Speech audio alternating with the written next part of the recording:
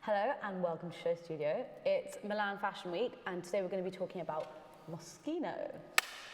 When we select these panels, people often ask us, why are you choosing what you're choosing? What's the rationale? Do another Prada panel. But I'm really, really excited to be talking about Moschino today.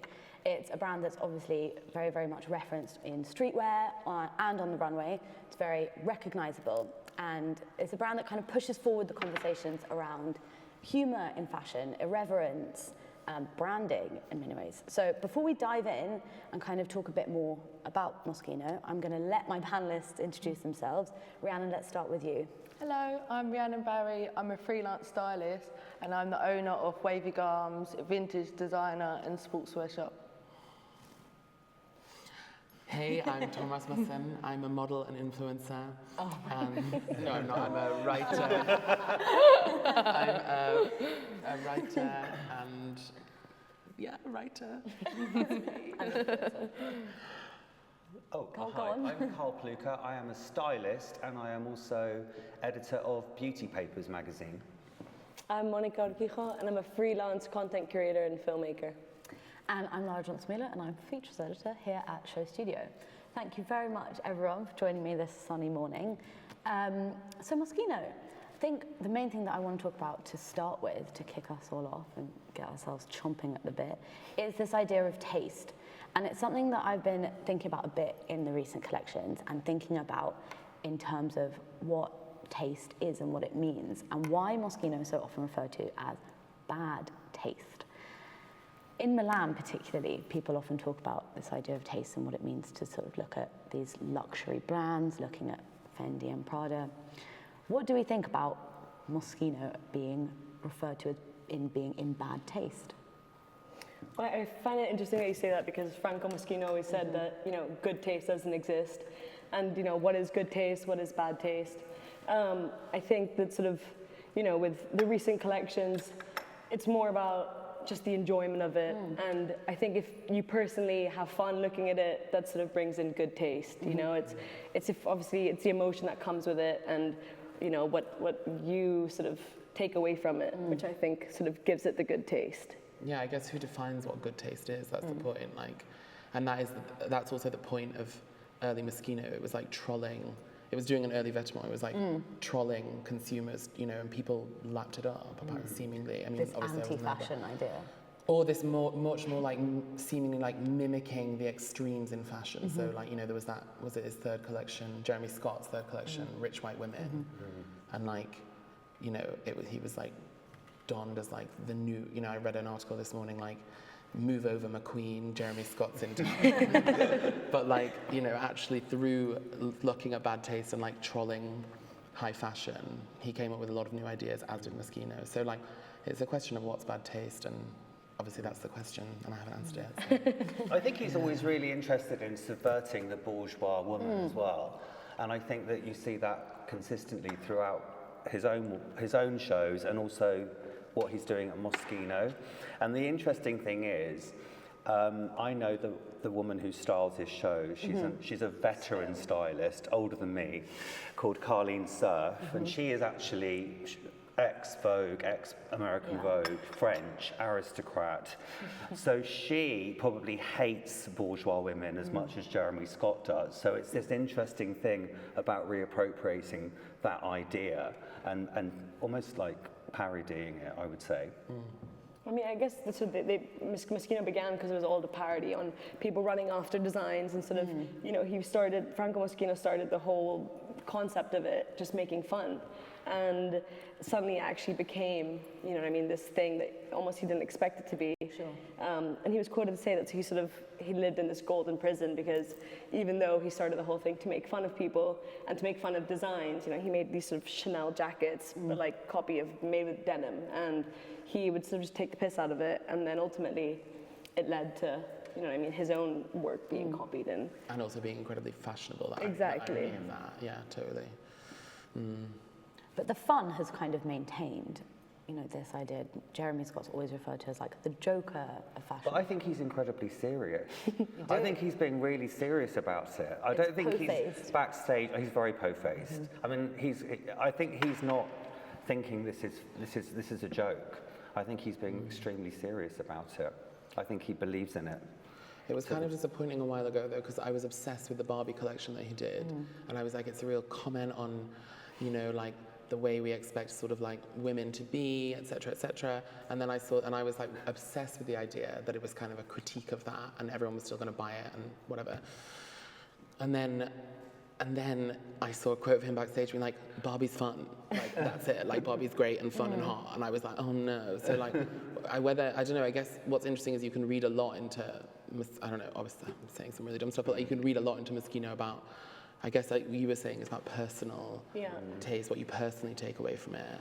You know, I don't think there's an arbiter of what is good taste and what is bad taste. And I think that's, or else you'd have like one editorial a year that would be the good taste. Or do you know what I mean? Or like, there can't be just one idea of good taste, so. And I sort of think that people go to the shows excited to see what's going to happen more than, you know, what trousers they're going to buy. Well, also that, but it's sort of a whole spectacle, you know, and it's, you know, what's going to, you go there excited to see the show, and, you know, in previous shows we have Anna Cleveland sort of doing her own show and wearing this incredible sort of chandelier. It's more of the spectacle of it. Yeah. Well, everyone's going to look at it for different reasons. I mean, if you're an editor at Vogue, you have to shoot it at some point during the season. So you've got, even if you hate the collection, you've got to go, right, I'm going to shoot that trench or that suit, you know what I mean?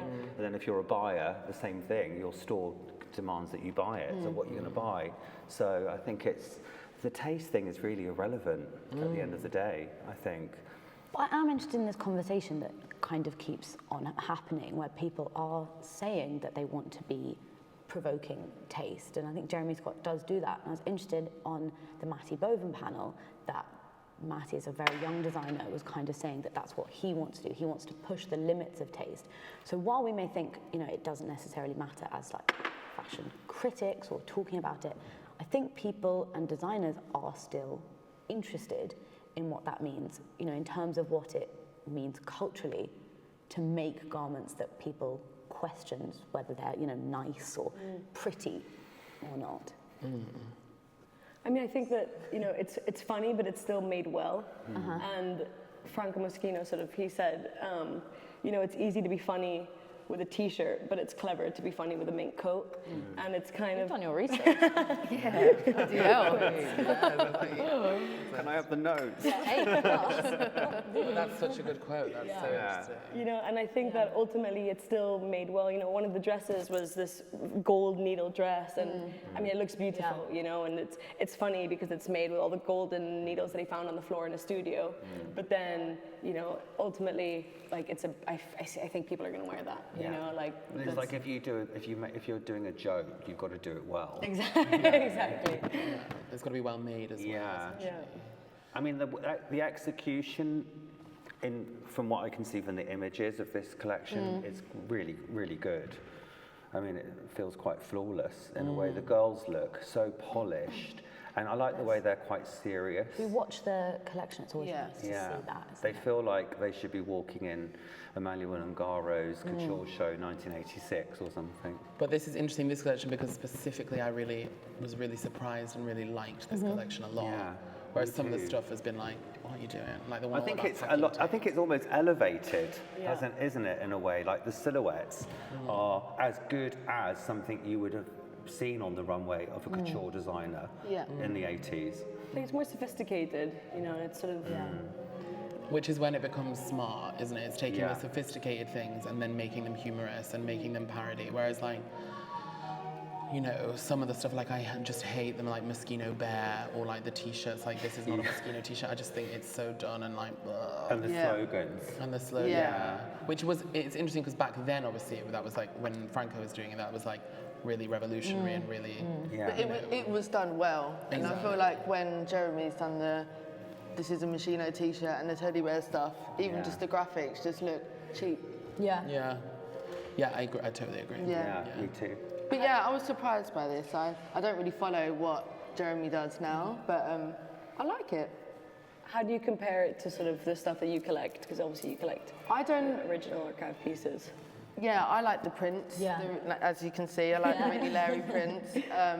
And it's a shame I haven't been interested into what Jeremy's doing in the last years, but there hasn't been anything that's ever. I see that he's like redone prints, but I just don't feel like it's been done well. Do you see that? You actually recognise the prints from things that you've collected? Yeah. Wow. I don't watch any of his new shows or anything, but last night I was having a flick through and I saw some of his old shows. He'd done like a few prints, but for me, I feel like if you're gonna do it, just do the whole collection in all the old school prints. And but also what he does a little bit is he sort of, in Franco's collections, he always had all these sort of elements everywhere, and you sort of see that Jeremy's taking little bits from previous collections, the Barbie doll, the bear, sort of the knife and fork, and putting it into his collections, but you almost wish that he'd bring in a new element to it as well, It's almost too referential. Exactly. yeah.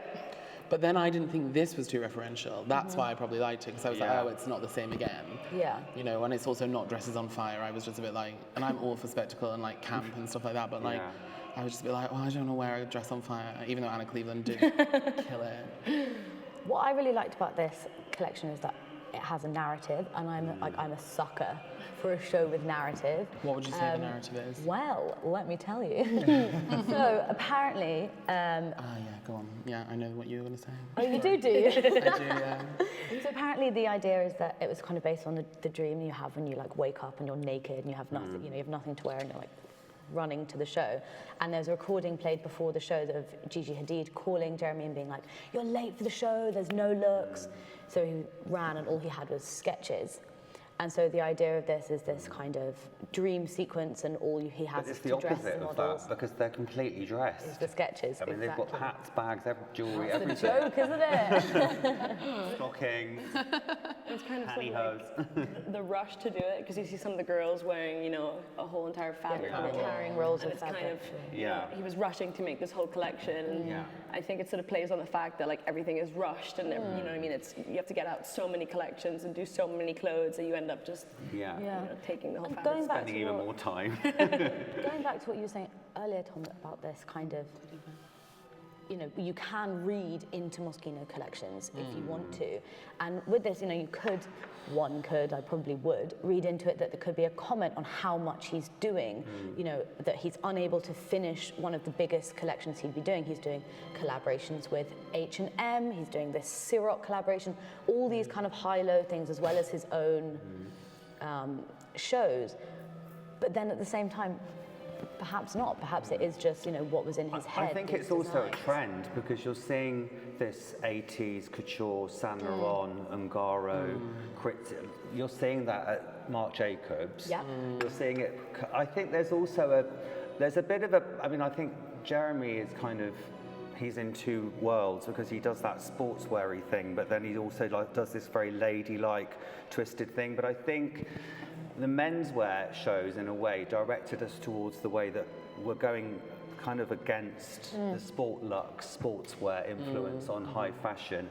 And there is obviously a very big couture influence happening in menswear at the moment, which is the next thing, apparently. Sure, this feels like there's that moment happening in women's wear, ready to wear as well. So maybe it's partly a trend. Maybe it feels like he's tapped into something, similar to what Marc Jacobs is feeling, which we obviously know from Marc Jacobs. What he's been saying is, he's bored of doing sweatshirts, he's bored of doing trainers. He wants to do the opposite. But at the same time, Jeremy Scott's not alienating any customers here, because there are flashes of that, There are flashes of that, and they are sort of also nods to his sort of high street lower collaborations that's coming up. There's, a sweatsuit that probably will be a similar piece to what will come out in the H&M collaboration. Yeah. I guess also taste level, sorry, I'm now just thinking a lot about the taste thing, and like, also is the taste thing, but also like, is taste defined also by the clothes life outside of the runway and like who they're on and things like that. And like there is a very quite a snooty thing in fashion of people like hating influencers and bloggers, but like the irony is they're like a huge and really important part of an industry and keep everyone in a job. But like, and I also feel like with every show there's something that's going to be Instagram friendly, or when Gigi came out with butterflies behind her and 6 people carrying them, like he almost just knew that that was what was gonna, be on everybody's Instagram stories at the show. And Do you think that he's very conscious about that? Oh, well, yeah. I mean, I kind of love this, that Jeremy Scott always kind of says that he, feels like he was made for Instagram. And this like new wave of people designing for Instagram, it's not sort of a new thing for him. It's always been what he's about. And so I do think that, that's why he's going to keep rolling and rolling, because so many designers find it quite difficult to justify that.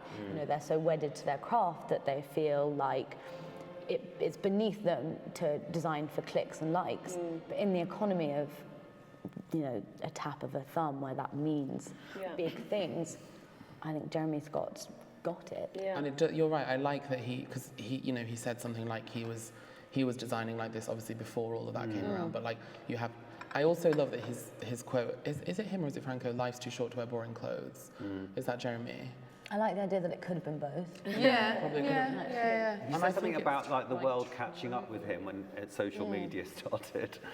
Exactly, yeah. And it's almost like, he says that you have 3 seconds to see something, and, it has to be eye-catching, and every single one of his pieces I see, like I think if you see on Instagram, you'll keep it there for a little bit longer, because it's made for that, and it's... Yeah. I'm happy it exists, basically. I'm not like, get it off. I'm quite like, I'm happy it exists because like this part of an industry which can often take itself so seriously, like it's so necessary to remind us all like, oh shit, like it just can be really fun and really really good clothes. But this is why I think with this though, because it's really good clothes as well. Like all the silhouettes, all the craft, everything, all the looks are great. I'm really obsessed with like the 80s blaze at the beginning and the super 80s influence. I'm obsessed with it. When it first started the show, I really liked the cuts and I thought it's really sophisticated, but the prints that are coming in, like I said earlier on, it's just such a shame because being a collector and like in the old school Moschino stuff, the prints have never been done like how they used to, and it was such a big thing in London, like growing up in the garage scene. Everyone wanted the off-key Moschinos, and I don't know if Jeremy if he knows that was such a big part of the culture. Does he know that it was like a thing in London? In London. Well, I'm so interested about that also, that it places Moschino sort of globally. It's showing in Milan on the schedule now. He's an American designer. I think he's the first American designer to be at the helm of an Italian luxury brand.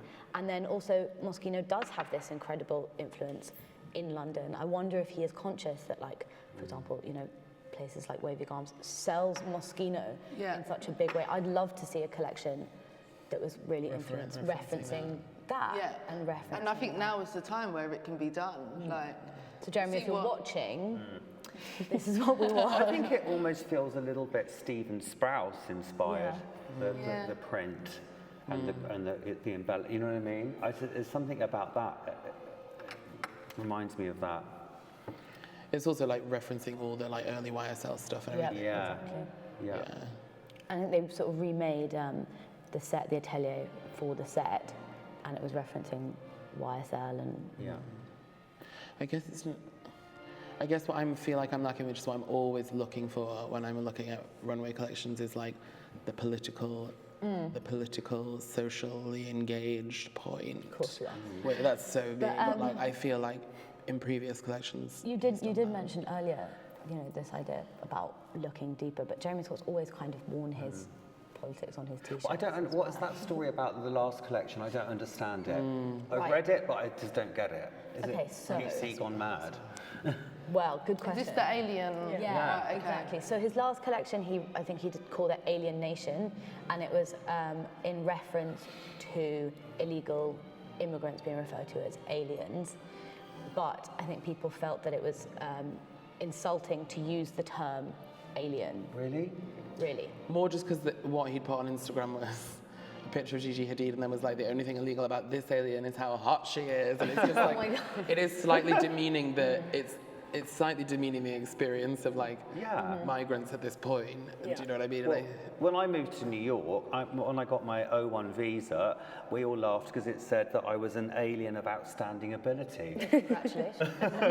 Which I was quite proud of. So people are quite touchy, aren't they, about But I think with the previous collection, I think he was quite taken aback because, you know, he's often made his statements quite boldly. I love that, so I'm getting distracted by. But about the collection, though, obviously he's referencing this, which is really important. But then again, also there was that quote that it was, you know, based on Jackie O and this concept that JFK believed in aliens, and how Marilyn Monroe, you know, had basically believed that JFK believed in aliens. And it's like you're bringing in two completely different, you know, stories into one campaign, and you know, stand strong for one thing, but then also suddenly. Well, maybe that's the fun of it, you know. I think that's sort of what he tries to do, is like patchwork all these different ideas and things and bring them into one. So what you're referring to is this, he kind of came up with this other narrative of like And the then there's a conspiracy political theory. subtext. Well, to that's that. better. Don't go for migration. I think like Jeremy Scott, just don't do it. Like at this point, you know, just like I just don't think it's necessarily, you know, a white wealthy designer's territory at this point. But then at the same time, would he not let some, you know, designers who do have this platform are often criticised if they don't make Yeah, you're political right. points in the current climate? Yeah, but you've got to be so smart and so clever, and you can't make points like that flippantly. You have to make points like that educatedly, and that's the responsibility of a platform. So you can make that. It's a really smart point to be like JFK and Jackie O believed in aliens. Let's look at like presidential conspiracy, and that's something Jeremy can talk about more than I can, as you know, born and raised in Missouri in America. But like. That's Jeremy, not me. But like, I just that's a whole other debate. But like, in terms of like designers engaging with politics, definitely do it. But do your research. You've got a whole world around you to do it for you. You know, read a research booklet and don't post. The only thing illegal about this alien is that she's hot. You know, because it's just, and you know. Then you know that he got so much hate for that caption that he changed the caption, and then he actually explained what the whole campaign was about. Sure. But so do you think it's insensitive that he would do, you know, he would talk about, you know, migration, and then he'd also talk about Jackie O and aliens in the same campaign? I don't necessarily, if you do it cleverly, I don't think, if you do it cleverly and like engagedly, and you don't have to, I think you could talk about most things in the right way, and I think that's important, but, so I don't think it's necessarily, sorry, lol, but Sorry like. to stop press, but we have the butterflies on plan air. I think my favourite thing about this is the morph suits, the men in the black body morph suits carrying the train. It is literally a copy of a YSL though, isn't it? That dress, or am I totally wrong? Maybe I've got my references wrong. I really don't like the dress. It is like, as in, you know, there's like the few YSL. Right. Sort of, it's Marie. like it's sort of maybe Rhiannon, you're hating multiple it. one. Yeah. I know, but I'm just so drawn in by like tacky shit, like obsessed. All I want is to like wear that down the street with like 100 people in like shadow morph suits. Like, All I want is to see you down. yeah, exactly. Imagine rocking up here today in that genius. I'm sorry, but I was Sorry. honestly waiting for you to reference Asia O'Hara with this. But oh my God, don't, let's not I even. know, Maybe I it's can't that. Did anyone It watch could be that? a RuPaul's Drag Race reference. But they're not dead, so it can't be. The puffball aspect of it feels quite La Croix. I don't know. But you know, there was that one that was like a sort of, like a body. All in one. knitted, Yes, crocheted yes. Yeah. YSL. It's a hybrid. It's a hybrid. I feel so out of touch, I don't know. But anyway. You just want to put You know print way on more it. about me. Give me a bit of tacky print. But fundamentally, whatever he's referencing, like, it's an Instagram moment, and that is what it is. You know, we're gonna see this everywhere. It's gonna be one of those pieces like, you know, Craig Green's things that are gonna be like on the front of the Daily Mail under the headline "Fashion?" You know. Was Franco doing stuff like this on his one-way pieces? I was always Like like Instagram kind of? Yeah, he was. Yeah, he was. Theatre, yes. And even for his parties, he had sort of circus people come in, and it was always a spectacle, and it was always something more than the clothes. Right. It was definitely a parody of couture a lot of the time as well, wasn't it? Yeah. Which I do think is still so unbelievably valuable as an idea. I do think it's. I mean, sorry, I'm finding it hard just because I really, really like this collection a lot, actually. Whereas, like, Yeah. So it's hard to almost look objectively at like Jeremy Scott's body of work on Moschino because this collection is like really surprising to me, and I'm so glad I'm so glad. And I think to see it sort of in motion is even better because you can't hide, can you, in the motion when you see it Although moving. get rid. Yeah, Get the rid teddy of bear those teddy stuff. bears now. Yeah. Not And I into find it. it sort of clever how he puts Kendall with a perfume bottle, because you know anybody who takes a photo of that, then so it's more promotion for the perfume Exactly. as well. What was that? So she's carrying like a large sort of, Oh, okay, Yeah. right, okay, I missed that. everything's very clever. Yeah.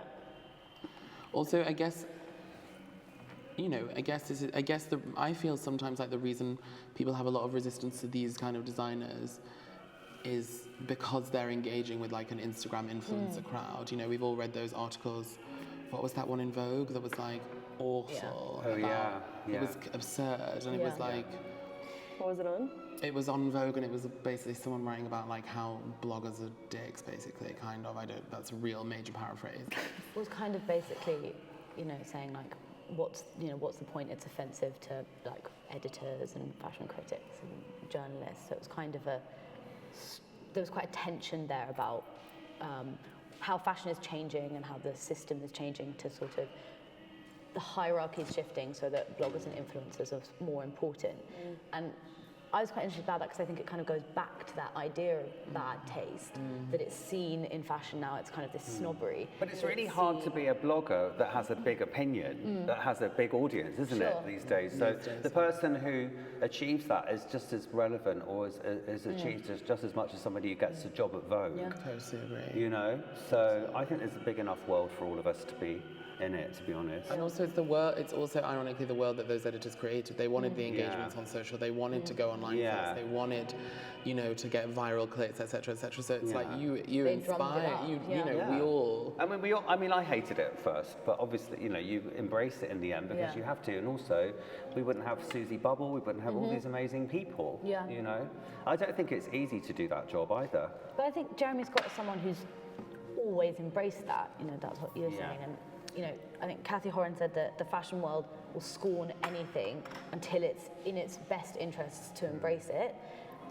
And so, like most people, you know, most designers have kind of changed their opinion in order to like bring influencers into the front row and stuff. But since Jeremy Scott also kind of always designed for performers and did a lot of performance wear, like you know, the Katy Perrys and the Miley Cyruses of the world were wearing his clothes before he went to Moschino. He already was bridging that That gap. river, whatever I'm trying to say. You know? I love that Kathy Horan quote. I think it's really clever, and she's so right. But I mean, he said sometimes he's like in the part. You know, you're trying to sell clothes off the basis of an image in the size of the palm of your hand, and you're not going to be able to do that with an all-black outfit. Completely. I disagree because I like wearing all black, but like. But like Katy Perry in all black would, you know what I mean? Yeah. You wouldn't even look twice. But then apparently, when she first sort of started singing, he would lend her these ice cream cone completely. outfits, and sort of that's almost what, you know, what I mean, like added to her whole persona. Yeah. It's like Gautier Madonna, the conical bra, and raise both of their profiles in a very smart way. But like, I mean, Katy, it's a shame that Katy Perry's kind of become a bit bleak. Oh, sorry, Katy Perry stan. No. Are we Googling Katy Perry? Let's do it. And I also find it quite funny that he did, you know, during Fashion Week, this collaboration with Ciroc, was it P. Diddy's vodka? Yeah. And it's sort of this whole, you know, I mean, like this whole thing of pop and, you know, P. Diddy, vodka, Fashion Week collaboration. There's, it's a whole He's almost like- high and low. Well, exactly, and he's never shied away from like the high-low thing. You know, the first collection having the McDonald's. But it must and cost them a SpongeBob fortune to be able to SquarePants. use McDonald's logo. Yeah. That's a massive luxury, surely. True. You know? But it's the parody of logo. Sorry, you go. No, I was just going to say, didn't they do something with Di Serrano and they Did they? redesigned the bottles? So there was a Versace one and there Right. was a Moschino one. Yeah. But what is the collab with Ciroc like? It's a really good vodka. It's made out of I can grapes. say that isn't from it? experience. I think they presented pretty in bottle. like a party format and just had like you know. Yeah, they sponsor quite a lot of fashion shows, events, bars. I was given a shot on an EasyJet flight. It was really nice. But I always wonder where Jeremy Scott sits in terms of other designers because he's like not Philip Plein, who just like is awful. And even though sometimes when I walk past the shop, I'm quite like, fuck, I totally want to wear that. Yeah. With Philip Plein, which I then shot myself at. But then he's also not like, sorry, I had the other person in my head. Like, where does he sit? Because Exactly, yeah. it's good clothes, unlike Philip Plein. Yeah. You can do this wearable, some of it's defo wearable. I'd love to wear some of this. And also, you know, there is a customer. Yeah. There is definitely. Is there though? Because think I there used to The go. customer. Well, I think, Me. you know, with reference, you know, performance wear very much, like, definitely, it's kind of the pop Yeah. star, the pop icon will be buying these pieces and wearing them. But also what Jeremy Scott does so cleverly is the smaller pieces and accessories. There'll be a phone case, there'll be I've had like a 5 shoe. different Yeah, you pieces, have. yeah. You know, there'll be sunglasses that people will want to buy into to reference Completely. that collection. It's also like he does a collaboration with Linda Farrow, you know, all the sort of Mickey Mouse sunglasses, and then you have, you know, a completely new audience. And then he also did a collaboration with Uggs. And, Exactly. Ugg you know, and Ugg Life. Talking And like, about taste. Yeah, exactly. But then that's smart, isn't it? yeah, but Really to be fair, smart. like I ended up wanting some by the end of the. I'm searching them on they were eBay. not that bad. I was so into it. If you're going to wear Uggs that say Ugg Life. I mean, again, it feels slightly appropriative, but still. But then coming back to Jeremy Scott, you know, situating Jeremy Scott, this American designer in Milan, you know, next to these luxury brands on the schedule, you know, next to the Luke and Lucy Mayers, who just showed this very, very minimal collection for Jill Sander, and, you know, Miuccia Prada, who just showed, you know, another collection that kind of questions taste, but in a completely different way. You know, do we need Jeremy Scott on the Milan schedule? I mean, the Milan schedule's quite jokes, isn't it, really? Like, it's not, there's no, you know, like Armani and Robbie Williams, like, what a joke. Like, that's a joke. And someone should say that. No way. Yeah, Armani had Robbie Williams singing Let Me Entertain You in Milan Airport. Milan Airport, my obsession. Okay, but he just played at the World Cup. Yeah, So why? they're like- Someone tell me why. I hate Robbie Williams. He's like the most awful straight dude, like bouncing around on stage. Get those sequins off. But like, you know, let the gays have him back. But like, I don't know, like, I think because with Prada, what she's doing is she's always pushing taste, and like it always feels like it's like what everyone's going to be obsessed with next season. It's just what everyone says about Prada, but it's true because she's a genius, and like it just seems like she's become, and she is the best person to have ever lived. But with Moschino, it's always about leaning into bad taste. It's different, isn't it? It's like about the difference between pushing taste and leaning into bad taste, and then just being for people who, am I making any sense? Yeah. And that's what Moschino does, and I think it's really, It's a completely Actually, different thing, isn't it? I mean, it really is. I think, God, if you're going to the shows in Milan, you'd be really happy to have a Moschino moment amongst a lot of it. right. You know. I mean, this was a bit of a joke collection. Yeah. Because like I understand what it's like a comment on consumerism, but that's the thing, I always wonder if that's what he really thinks because of what he said about the Barbie collection. I was like, is it a really smart comment on consumerism, that collection with all the cookie wrappers and all the, you know, So his tabloid first, prints? so it was his first collection from Moschino, I think, and I think he was saying This. that he was right. He was saying, well, when he was talking about this collection, he was talking about fast food, fast fashion. You know, thinking it was a very funny moment. Oh, it's so bad. See, I'm obsessed with it. And I love mind- I these. don't mind some of Yeah, this stuff. they're really Moschino referential, though, aren't they? Like I think that. comments on consumerism are quite difficult when you're a designer for a luxury house because at the end of the day you're selling clothes. And, you know, I think probably the only person that can get away with doing that is Vivienne Westwood, maybe, telling people not to buy her clothes. Which makes you want Because to she buy actually them. owns the house, you know, owns the brand. So because she talks, because she walks the walk, she's Yeah, allowed to talk. well, she can do what she wants. But also one They question. live. It was like the big question with Vetements, wasn't it? About was it like a cruel thing to be doing, like charging like $1,000 for a coat or a shirt, and then being like, "Lol, you're all dicks because you've like bought into this." You know, it was very much trolling a trend and trolling a Trolling their consumer, own customer. which like in essence, like as someone who can't afford these clothes. I'm kind of into it, even though you're right, it's a complicated territory to be making comments about consumerism, but like, I'm into, it's exactly what Franco Moschino's original vision was, which was to like, take the piss out of people who could afford all this, people who would follow the client. Yeah.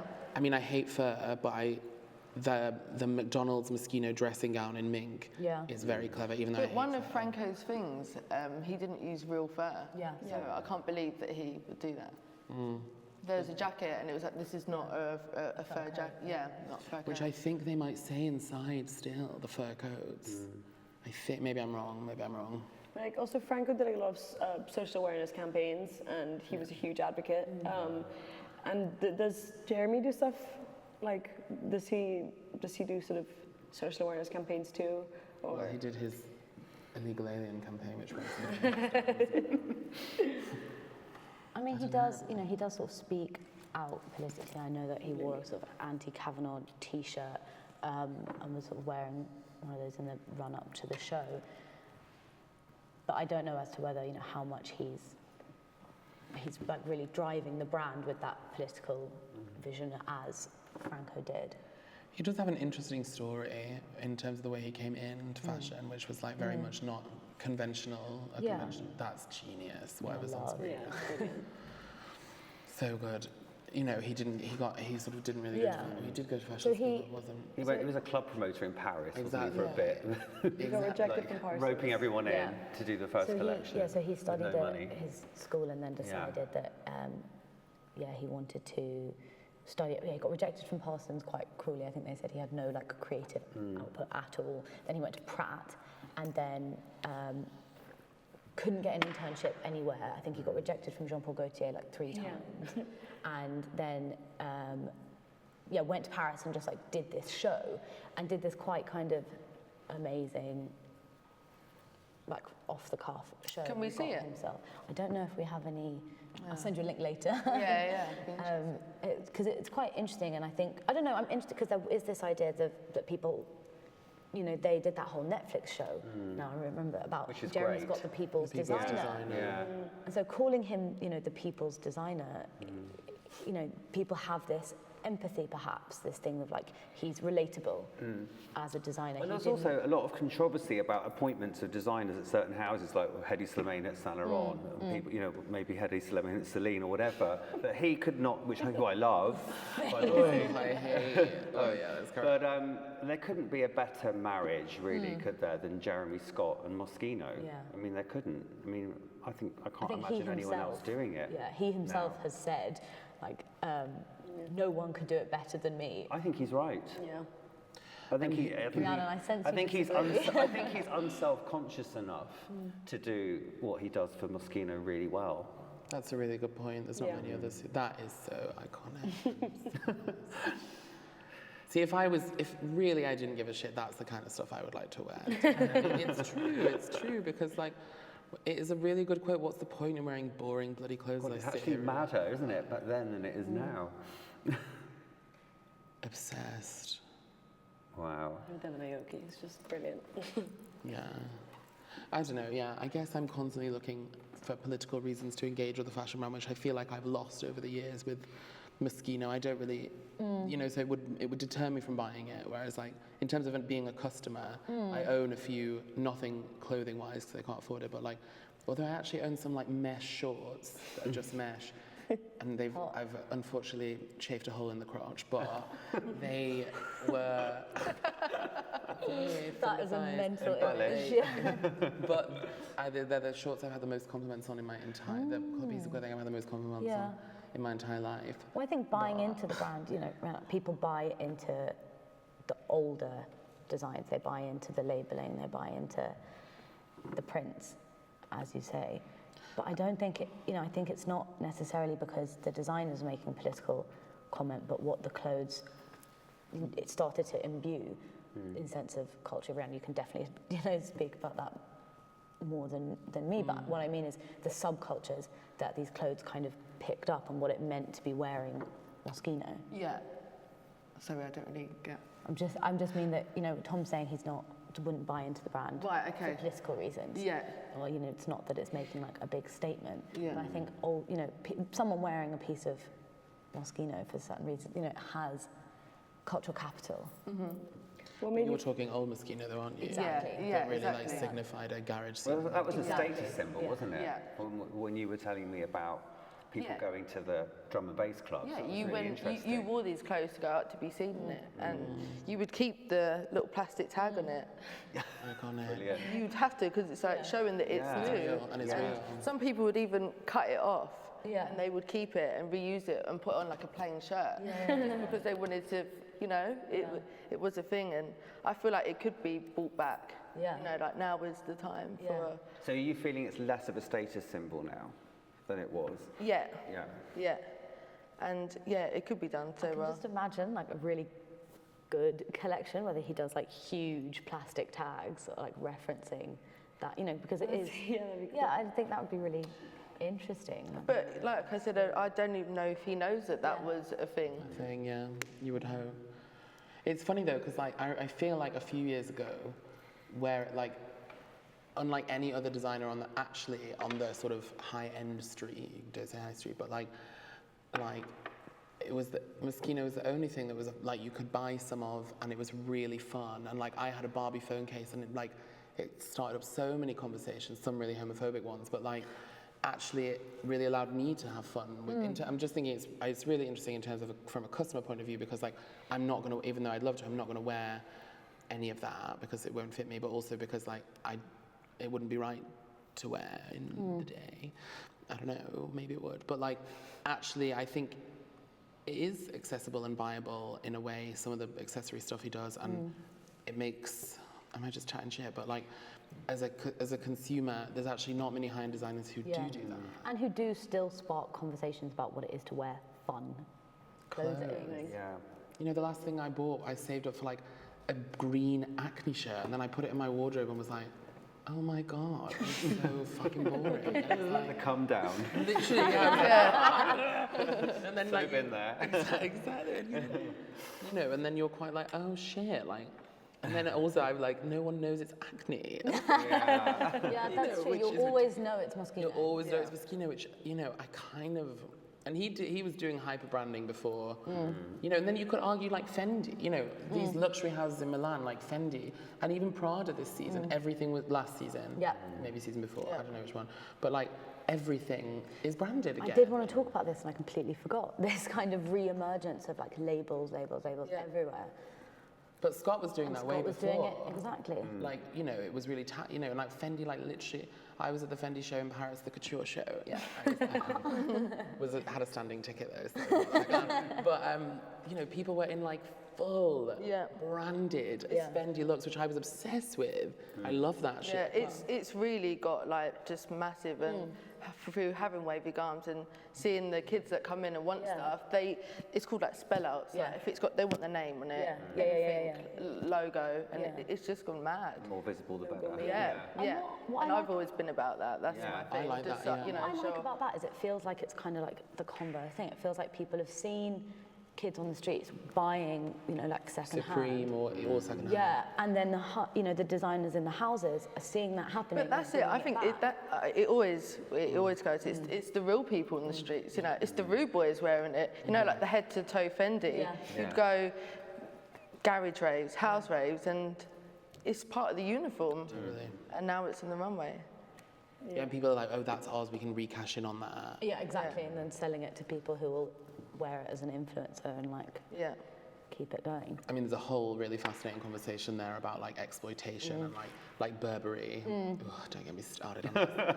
But both this collection, but also the last collection that was like, bring the check back, which they'd stopped making because like essentially the quote from the house in, was it the 90s or early noughties, was like, the wrong people have started wearing it because there was a picture of Daniela Westbrook. But it's it's a fucking amazing look. She's in head to toe Burberry with a Burberry crown and a Burberry baby. And she definitely paid for it, I reckon. But of course she did. And I used to get like mugged off really badly for wearing like head to toe Burberry. There's a photo of me when I'm 13 years old in school when I got a Burberry coat on inside out because you wanted to show that it's Burberry with the star. Jealousy. But I've always wore Burberry. But I remember like 5 years ago, people were like, oh, you're such a chav. And now it's like everyone in the shop, that's what everyone wants. Because they kind of embrace it and then reject it, so you never really know where and you like are. Burberry designers come into our shop and they like, oh, have you got any old Burberry? to reference it. Yeah. Exactly. Yeah, I went to a party, a fashion party. God, wow, I'm really dropping like the place. You really are. I went to this fashion party in London a few months ago, and it was when they'd relaunched the check, and there was all these like very I'm not going to say who, but like very, very known for being like very, very posh, like models. so we probably all know who I'm talking about. And they were all like on a podium in full Burberry check, literally being like, you know, like doing like poses of the working classes. It's like, fucking what? Like, this is a whole different debate now. But like, models dancing just cringe. Models dancing just cringe. Models like pretending to be like poor and like pretending to be Danielle Westbrook. It's just. So I think in a way I quite appreciate Scott for that because he's always just stayed into the logo, pushed into the logo, and. But then coming back to perhaps my suggestions, Jeremy, where he would be referencing, you know, those people who are wearing that, perhaps that's off-key and in actually bad taste rather than repeat the the bad question, taste. repeat the comment. So we're saying that designers taking reference from, you know, a store like Wavy Garms or people wearing stuff in club culture is problematic. So then would it be problematic if Jeremy Scott was to reference the club culture that Moschino was worn in? I don't think so. I feel like it needs to be celebrated. Okay. Yeah, completely.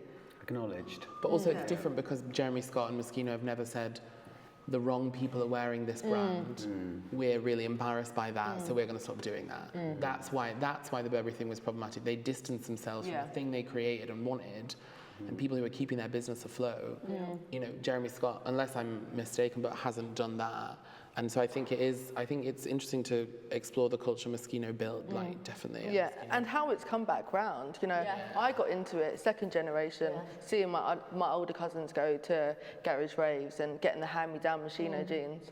But now having Wavy Garms, there's certain prints that people want. So there's a photo of me and I'm 13 years old. It's my first pair of Moschino logo jeans. They are the most wanted old school Moschino jeans. And like, What they like. they're just black and they've just got logo written all over them. Oh, so good. So I call them Wavy Garms. And you own them? Huh? You've got them? I've got them, but I think they're more later, like around the 2000s they come out. But they are the print that everyone, all the customers come in and they want.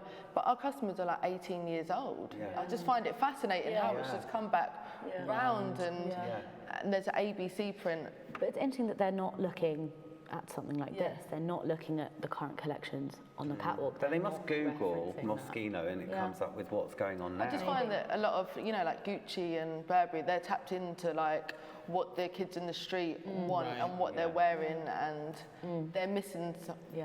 And that's interesting because he's such a social media, you know, that you learn that from social media. Don't you? If you're someone sat at the top of a big house, who probably never really goes on, you know, down to Peckham, I'm sure, you know, I imagine, maybe these designers do, but you learn that from social media, so it's interesting how Jeremy Scott isn't necessarily engaging with that when he's all about social media. Is it because the accessories are more important in terms of sales than the clothes? Like also, you know, a lot of people, Jeremy I think gets a lot of hate of like, you know, Moschino used to be something completely different, but this is Jeremy's Moschino, I guess, you know, and like this is just the way that he's doing it as well. But I think while there is this certain disconnect, he's definitely given us a lot to talk about, and it is definitely a fun collection, and I think we should give Jeremy Scott a real round of applause for giving us a lot to talk about and letting us bring back some flashbacks from the past. So thank you everyone for joining me. Let's give Jeremy Scott a round of applause.